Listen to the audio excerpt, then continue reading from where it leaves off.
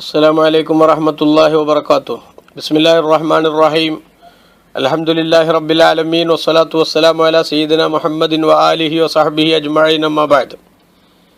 പ്രിയമുള്ളവരെ, വിശുദ്ധ റമദാനിൽ പ്രധാനമായും ചില ഉന്നത വ്യക്തിത്വങ്ങളെ അനുസ്മരിക്കുന്ന മാസവും കൂടെയാണ് ഈ റമദാൻ. ഉമ്മുൽ മുഅ്മിനീൻ ഖദീജ ബീവി റളിയല്ലാഹു അൻഹ, അവിടുത്തെ പ്രിയപ്പെട്ട മകൾ ഫാത്തിമത്തു സഹ്റ റളിയല്ലാഹു അൻഹ, അതുപോലെ നഫീസത്തുൽ മിസ്രിയ റളിയല്ലാഹു അൻഹ പോലെയുള്ള ഒരുപാട് മഹത്തുക്കളുടെ ആണ്ടുമായി ബന്ധപ്പെട്ട മാസം എന്ന നിലക്ക് അവരോടുള്ള നമ്മുടെ ഓർമ്മയും അവരെക്കുറിച്ചുള്ള നമ്മുടെ ചിന്തയുമൊക്കെ അവർക്ക് വേണ്ടിയുള്ള ഒരു പ്രത്യേക അനുസ്മരണത്തിൻ്റെ ഭാഗത്തിലൂടെ കടന്നു പോകുന്നത് ശരിക്കും ഗുണകരമായ ഒരു കാര്യം ആണ്.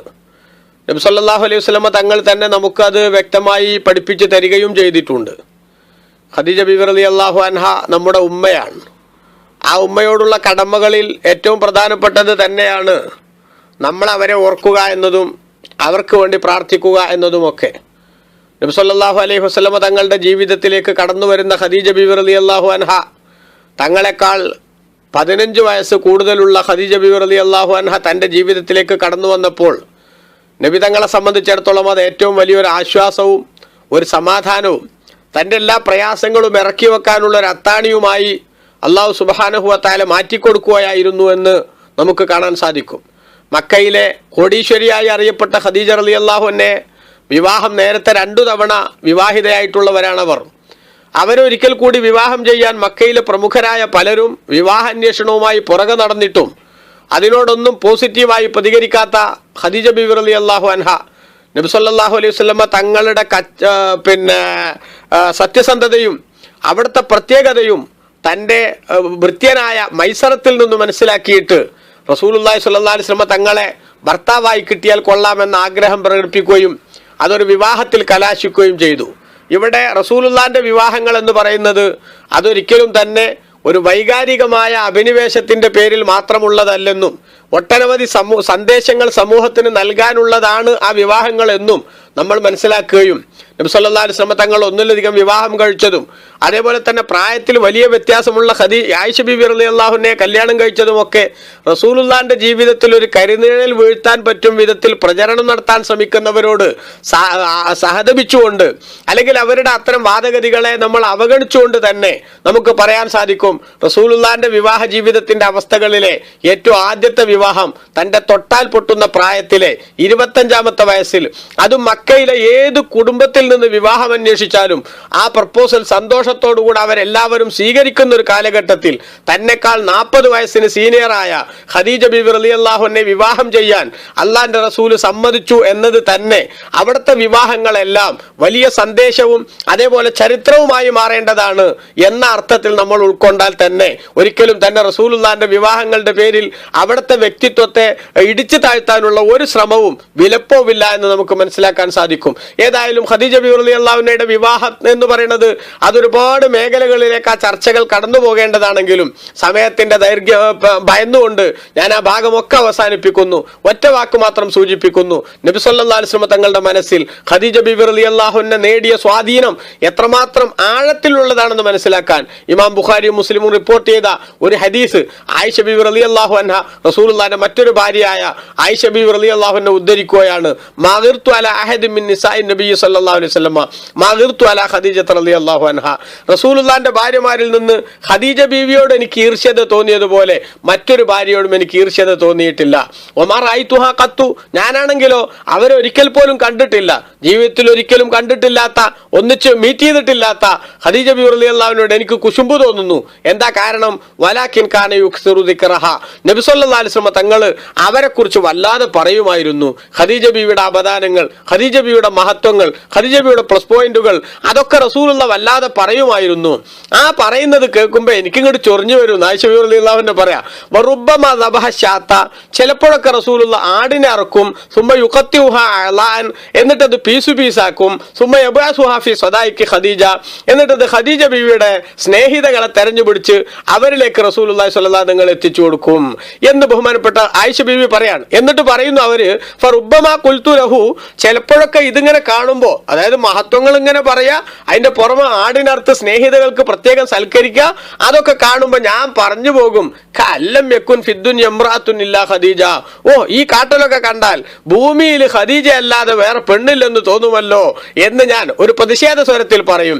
ഫയഖൂൽ, അപ്പ നബി തങ്ങൾ അതിന് മറുപടി പറയും, ഇന്നഹാ കാനത്ത് വകാനത്ത്, അതെ, ഖദീജയെ പോലൊരു പെണ്ണില്ല, ഖദീജ അങ്ങനെയായിരുന്നു, ഖദീജ ഇങ്ങനെയായിരുന്നു എന്ന് പറഞ്ഞുകൊണ്ട് ഖദീജ ബീവിയുടെ അപദാനങ്ങൾ റസൂലുള്ളാഹി പറയും. വകാന ലീ മിൻഹാ വലദുൻ, അവരിൽ നിന്ന് തന്നെയാണ് എനിക്ക് അല്ലാഹു തആല സന്താനങ്ങളെ തന്നത് എന്നും അഭിമാനത്തോടെ മുത്തുനബി സ്വല്ലല്ലാഹു നിങ്ങൾ പറയും. ഞാൻ സൂചിപ്പിക്കുന്നത്, ഇപ്പൊ ബദർ അനുസ്മരണത്തോടനുബന്ധിച്ച് നമ്മുടെ ഈ സോഷ്യൽ മീഡിയയിലൊക്കെ വല്ലാതെ പരന്ന് നടക്കണമെന്നുണ്ട് ചില മെസ്സേജുകൾ. അതെന്താ, ബദരീങ്ങളുടെ ആണ്ട് വരുന്ന സമയത്ത് പോത്തിനറുക്കുന്നു എന്ന കംപ്ലൈന്റ് പറഞ്ഞുകൊണ്ടാണ് പലരും ആ പോസ്റ്റ് ഒക്കെ നടത്തുന്നത്. ചിന്താശേഷി കുറഞ്ഞു പോയ ആളുകൾ, അല്ലാഹു തആല അവർക്ക് നല്ല ബുദ്ധി കൊടുക്കട്ടെ എന്ന് നമുക്ക് പറയാൻ പറ്റുള്ളൂ. എന്തായാലും ആദരിക്കപ്പെടേണ്ട വ്യക്തിത്വങ്ങളോടുള്ള ആദരവിന്റെ പ്രകടനങ്ങൾ എങ്ങനെയൊക്കെ ആവാം എന്നതിന്റെ ഏറ്റവും പ്രധാനപ്പെട്ട തെളിവാണ് ഈ ഹദീസിലുള്ളത്. എന്താണ്? ഒന്ന്, നബി സല്ലല്ലാഹു അലൈഹി വസല്ലം തങ്ങൾ കാന യുക്സിറു ദിക്റഹ, ഖദീജ ബീവിയെ കുറിച്ച് വല്ലാതെ പറയുമായിരുന്നു അവരുടെ ഗുണങ്ങൾ. അതിന്റെ മലയാള ഭാഷയാണ് മൗലൂദ് ഓതുക എന്ന് പറഞ്ഞത്, മനസ്സിലായില്ലേ? രണ്ടാമത്തത് എന്താ, നമ്മൾ പോത്തിനറുക്കുന്നു എന്നതാണ് കംപ്ലൈന്റ്. എന്നാൽ റസൂലുള്ള ആടിനെ തന്നെ അറുക്കും, ആടിനെ അറുത്തുകൊണ്ട് കഷ്ണങ്ങളാക്കിയിട്ട് ആ സ്നേഹിതകൾക്ക് എത്തിച്ചു കൊടുക്കും. അപ്പോ ഒരാളോടുള്ള സ്നേഹപ്രകടനം, ഒരാളുടെ സ്മരണ, ഒരാളുടെ അനുസ്മരണം അത് നടത്തുമ്പോൾ അവരെ കുറിച്ച് അപദാനങ്ങൾ വാഴ്ത്തുന്നതും അവരുടെ പേരിൽ മാംസം വിതരണം ചെയ്യുന്നതും അടക്കമുള്ള, അത് ഇനിയിപ്പോ അതന്നെ ആടിനർത്തു പോത്തിനർക്കാൻ തെളിവില്ല എന്ന് പറഞ്ഞ് നമ്മൾ പോത്താവേണ്ടതില്ല. മറിച്ച് ആടിനർത്താലും പോത്തിനർത്താലും കോഴിനർത്താലും ഏതിനർത്താലും അതൊക്കെ സ്നേഹപ്രകടനത്തിന്റെ ഒരു മാർഗമായി മുത്തുനബി പഠിപ്പിച്ച് തന്നിട്ടുള്ളതാണ്. അതുകൊണ്ട് തന്നെ അത്തരം കാര്യത്തിലൊക്കെ ഒരു സന്ദേഹം കാണിക്കുന്ന, അല്ലെങ്കിൽ അതൊക്കെ എങ്ങനെയാ പറ്റുമെന്നൊക്കെ ചിന്തിക്കുന്ന ആളുകൾ വാസ്തവത്തിൽ അവരിതൊക്കെ ഒന്ന് മനസ്സിരുത്തി പഠിക്കാൻ തയ്യാറാവണം. മുസ്ലിം ഉമ്മത്ത് കാലാകാലങ്ങളായിട്ട് നടത്തിക്കൊണ്ടിരിക്കുന്ന ഒരു സംവിധാനത്തെ എതിർക്കാൻ പോണതിന് മുമ്പ് 100 വട്ടം ആലോചിക്കണമെന്ന് അത്തരക്കാരോട് ഉണർത്താൻ ഞാൻ ഈ സമയം ഉപയോഗപ്പെടുത്തുന്നു. അതുകൊണ്ട് ഖദീജ ബീവി റളിയല്ലാഹു അൻഹ മുത്തുനബിന്റെ ജീവിതത്തിലെ ഏറ്റവും വലിയ സാന്ത്വനമായിരുന്നു. നബിതങ്ങളുടെ എല്ലാ പ്രയാസങ്ങളും ഇറക്കി വെക്കാനുള്ള അത്താണിയായിരുന്നു.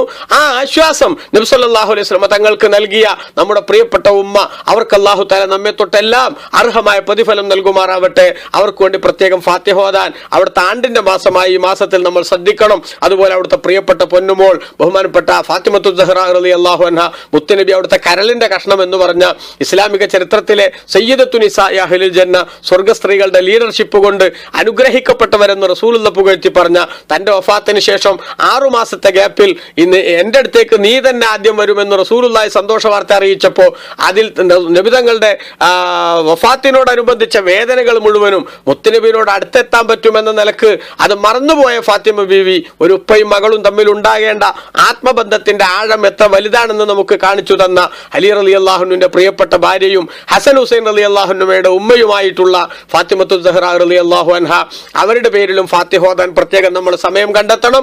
അതുപോലെ തന്നെ നഫീസത്തുൽ മിസ്രിയ റളിയല്ലാഹു അൻഹ, ഇസ്ലാമിക ചരിത്രത്തിൽ കേരളീയ സമൂഹത്തിൽ നമുക്ക് എല്ലാവർക്കും നഫീസത്ത് മാല പാടി പരിചയമുള്ള ആളുകൾക്കൊക്കെ അറിയാം. നഫീസ ബീവി റളിയല്ലാഹു അൻഹ ഏറ്റവും വലിയ ആത്മീയമായ ഉന്നതിയുള്ള ഒരു മഹതിയായിരുന്നു എന്ന് ചരിത്രം രേഖപ്പെടുത്തുന്നുണ്ട്.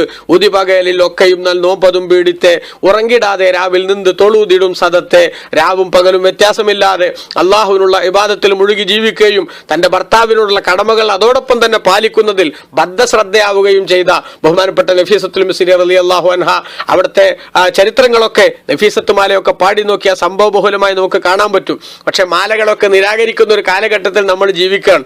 നമ്മൾ പക്ഷേ അതൊക്കെ സജീവമാക്കുന്ന ഒരു ശ്രമത്തിൽ ഏർപ്പെടണം എന്നുകൂടി അവിടെ ഞാൻ സൂചിപ്പിക്കുന്നു. നഫീസത്ത് മാലയെ നിരാകരിക്കാൻ വേണ്ടി അതിലുള്ളതൊക്കെ അപ്പടി തെറ്റാണ് എന്ന് പറയാൻ ചിലരൊക്കെ ഒരു കസർത്ത് നടത്താറുണ്ട്. നഫീസ ബീബി റളിയല്ലാഹു അൻഹയുടെ മാലയിൽ അവിടുത്തെ ജന്മവും മരണവും പറയുന്നിടത്ത് ചൊല്ലുവാൻ സേനത്തിനാലെ 100 ചതുർപ്പത്തെ ജബദനിൽ ഫക്കായ മക്ക ദിക്കതിൽ ഉദിത്തെ, മാലയിൽ ശരിക്കുള്ളത് ചൊല്ലുവാൻ പറയുവാൻ സനത്തിനാൽ കൊല്ലത്താൽ 100 ചതുർപ്പത്തെ ജബ. നഫീസത്ത് ബീവി ജനിച്ചത് 145-ലാണ്. പൊന്നിവൽ മൗത്ത് ഹിജ്റ 200 ആട്ടെ, പൂരിത റമളാനുൽ ജുമു അരാവിൽ തിട്ടെ. മരണം നടന്നത്, വഫാത്ത് നടന്നത് ഹിജ്റ 208-ലുമാണ് എന്നാണ് മാലയിലുള്ളത്. എന്നാൽ അതിൽ സനത്തിനാൽ ചേർത്ത് എഴുതേണ്ടതിന് പകരം ചില പ്രസ്സുകാർ സെനത്ത് എന്ന് എഴുതിയിട്ട് 4 എന്ന് വേറെ എഴുതിയപ്പോൾ സെനത്ത് 400 445 ജനിച്ചു എന്ന അർത്ഥം വെച്ചുകൊണ്ട് ഇതാണ് മാലയുടെ നിരർത്ഥകത എന്ന് ദുർവ്യാഖ്യാനിക്കാൻ ശ്രമിക്കുകയും ആളുകളെ തെറ്റിദ്ധരിപ്പിക്കാൻ ശ്രമിക്കുകയൊക്കെ ചെയ്യുന്ന ആളുകളുണ്ട്. വാസ്തവത്തിൽ നഫീസത്തുമാല നമ്മൾ പാടി നോക്കിയാൽ അവിടുത്തെ സംഭവബഹുലമായ ജീവിതത്തിന്റെ വലിയ ഏടുകൾ നമുക്ക് മനസ്സിലാക്കാൻ സാധിക്കും. ഇമാം ശാഫിഈ റളിയല്ലാഹു അൻഹു പോലും അവർക്ക് വേണ്ടി ദ്വാർക്കാൻ വേണ്ടി നഫീസ ബീവിയുടെ അടുത്തേക്ക് തനിക്ക് രോഗം വരുമ്പോഴൊക്കെ ദ്വാർക്കാൻ വേണ്ടി ആളെ പറഞ്ഞേക്കാറുണ്ടെന്നും, അതേപോലെ തന്നെ വഫാത്തിനോടനുബന്ധിച്ച രോഗത്തിൽ ദ്വാർക്കാൻ വേണ്ടി ആളെ വിട്ടപ്പോൾ അന്ന് ബീവി പതിവിനോദും തേട്ടമിൻ പകരത്തെ അഹദവൻ ലിഖാ അവർക്ക് നൽകിയിടട്ടം ദുത്തേ എന്നും ശിഫയാകാൻ ദ്വാർക്കണം നഫീസ ബീവി അള്ളാഹുവിന്റെ ദർശനം കൊണ്ട് ഷാഫി ഇമാമിനെ അനുഗ്രഹിക്കട്ടെ എന്ന് പ്രാർത്ഥിച്ചുവെന്നും അത് തന്റെ ജീവിതത്തിലെ അവസാനത്തെ രോഗമാണിതെന്ന് മനസ്സിലാക്കാൻ കാരണമായെന്നും ഒക്കെയുള്ള ചരിത്രം രേഖപ്പെടുത്തപ്പെട്ടിട്ടുണ്ട്. അതുകൊണ്ട് അള്ളാഹു തആല അത്തരം മഹത്തുക്കളുടെ ഒക്കെ ബർക്കത്തുകൊണ്ട് നമ്മെ എല്ലാവരെയും അവന്റെ സ്വാലിഹ്യങ്ങളിൽ ഉൾപ്പെടുത്തുമാറാവട്ടെ. അവർക്ക് എല്ലാവർക്കും അള്ളാഹു തആല വലിയ പ്രതിഫലം നമ്മെ തൊട്ട് നൽകി അനുഗ്രഹിക്കുമാറാവട്ടെ. അവരെ നമ്മയും അള്ളാഹു സ്വർഗ്ഗത്തിൽ ഒരുമിച്ചുട്ടുമാറാവട്ടെ. എല്ലാവരും ഈ മഹാന്മാരുടെ ഒക്കെ പേരിൽ ഫാത്തിഹയും ഇഖ്ലാസും അതേപോലെ സൂറത്ത് യാസീനും ഒക്കെ ഓതാനും ദ്വാർക്കാനും ഒക്കെ സമയം കണ്ടെത്തണം. അവരുടെ മാതൃക നമ്മുടെ ജീവിതത്തിൽ പുലർത്താൻ പരമാവധി ശ്രമിക്കണം. അള്ളാഹു അനുഗ്രഹിക്കട്ടെ. വസല്ലല്ലാഹു അലൈഹി നബിയിൽ മുസ്തഫ മുഹമ്മദിൻ വആലിഹി വസഹബിഹി അജ്മഈൻ വൽഹംദുലില്ലാഹി റബ്ബിൽ ആലമീൻ. വസ്സലാമു അലൈക്കും വറഹ്മത്തുള്ളാഹി.